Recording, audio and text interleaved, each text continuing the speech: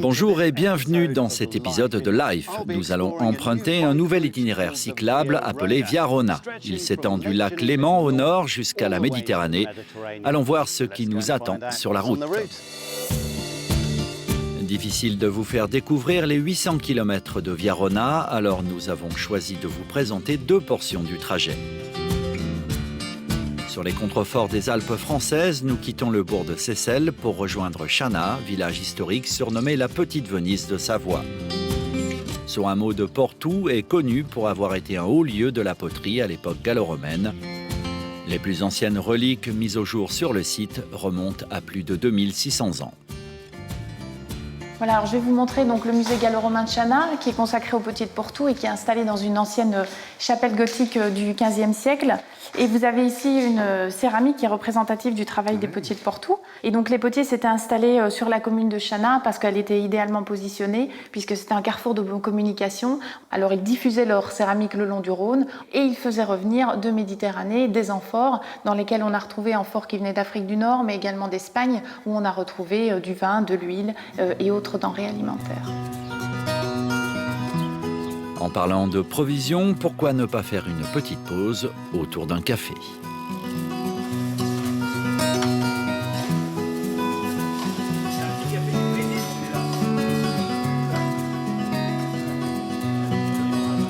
Ici, il est torréfié sur place, dans cette ancienne cave du XVe siècle, réhabilitée en brûlerie.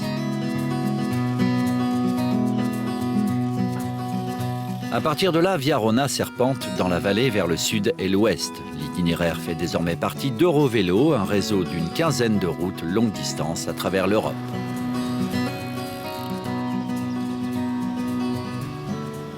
Pour ceux qui aiment varier les activités sportives, la région a beaucoup à offrir. Elle donne notamment l'opportunité de lâcher un temps le guidon pour la pagaie.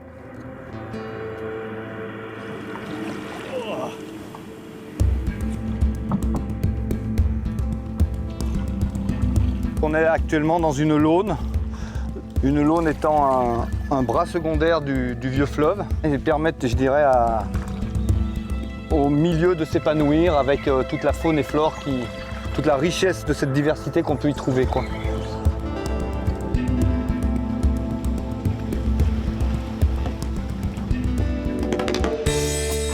Plus au sud, nous reprenons notre vélo. Via Rona nous invite à traverser la capitale des Gaules.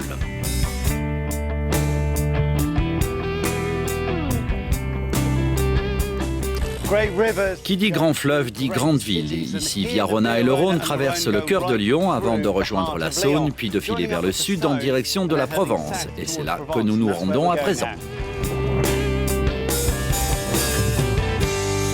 Nouvelle étape, cette fois près de Montélimar. Plus de la moitié de l'itinéraire est constitué de voies vertes interdites aux voitures. Le reste s'effectue sur des routes tranquilles. Tous les usagers peuvent y trouver leur compte. Parmi eux, Éric Bourri, qui emprunte Via Rona plusieurs fois par semaine avec son handbike.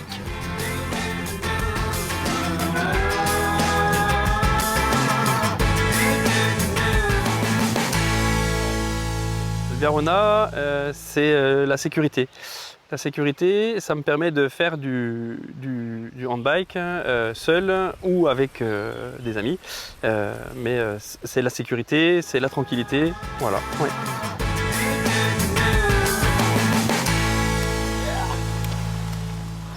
Montélimar est célèbre pour son nougat et nous nous éloignons à peine de Via Rona pour nous arrêter à la confiserie Arnaud Soubeyran qui en a fait sa spécialité depuis 1837.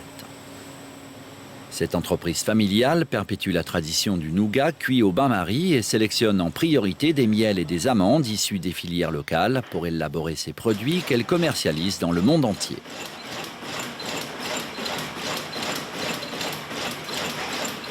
Nous travaillons effectivement avant tout avec des producteurs locaux à la fois parce que nous pensons que c'est normal. Si nous voulons que le miel continue à être produit dans la région, encore faut-il l'acheter. Et aussi parce que nous pensons, alors il y a un peu de chauvinisme, que notre miel est le meilleur.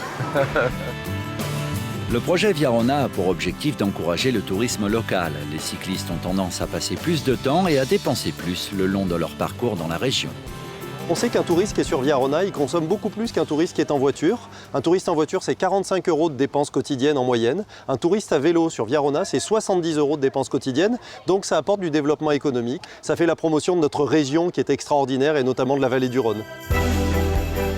C'est la fin de notre parcours sur Viarona, mais comme le fleuve, l'itinéraire suit son cours en passant par Avignon et Arles, à travers la Camargue, jusqu'à la Méditerranée.